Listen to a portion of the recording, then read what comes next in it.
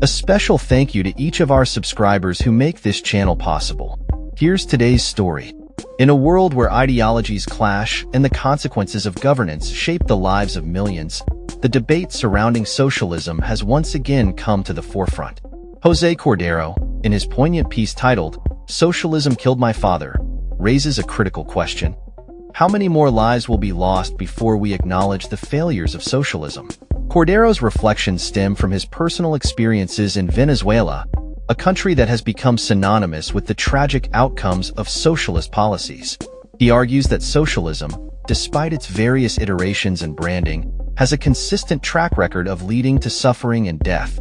The stark reality is that this ideology has claimed more lives than any other in modern history, and yet it continues to garner support in some circles. The lessons of the past, particularly those from the 20th century, seem to have been forgotten as new generations grapple with the allure of a system that promises equality but often delivers despair. Meanwhile, the landscape of the internet is changing as the National Science Foundation, NSF, begins to phase out its funding for the backbone of the internet. This decision has sparked concerns among users who fear that the elimination of this subsidy may jeopardize the very infrastructure that enables their access to information. NSF spokesperson Beth Gaston acknowledges the protectiveness felt by internet users, stating, "There's a sense of protectiveness on the part of internet users, like, we have this, don't mess with it." With any change, people are concerned. However, she reassures that these concerns are mostly unwarranted, suggesting that the internet will continue to thrive even without NSF funding. In the realm of space exploration, a bitter irony unfolds as young entrepreneurs face unexpected hurdles. The National Aeronautics and Space Administration, NASA, once a beacon of inspiration for space enthusiasts, has become a significant obstacle for these innovators.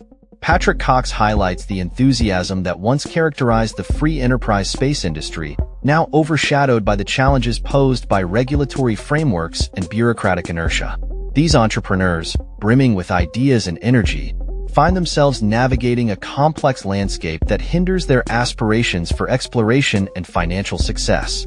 The relationship between business and government has also come under scrutiny. Many perceive businesses as merely special interest groups seeking to eliminate regulations that hinder their profit margins. David Boaz's Council for a Competitive Economy aims to counter this perception by uniting business organizations in a collective defense of free enterprise.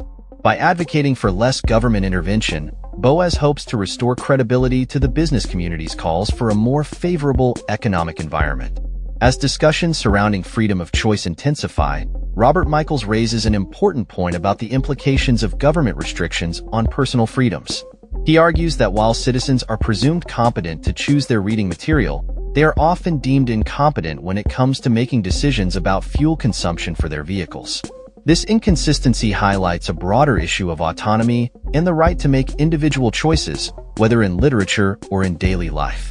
The First Amendment, which guarantees the right to a free press, remains a cornerstone of American democracy. Tibor Mackin emphasizes that this right is most crucial in controversial cases where the exercise of free speech is often challenged. Any attempt to regulate or censor publications undermines the very essence of this guarantee, raising questions about the balance between societal norms and individual liberties. As we navigate these complex issues, it becomes clear that the fight for free minds and free markets is more relevant than ever. The stories of individuals like Cordeiro serve as a reminder of the stakes involved in our political discourse. With the future of our society hanging in the balance, it is imperative that we learn from the past and strive for a more just and equitable world, free from the shackles of failed ideologies. That's all for this story. We upload videos every day covering many different subjects, so hit that subscribe button to stay informed. Thanks for watching.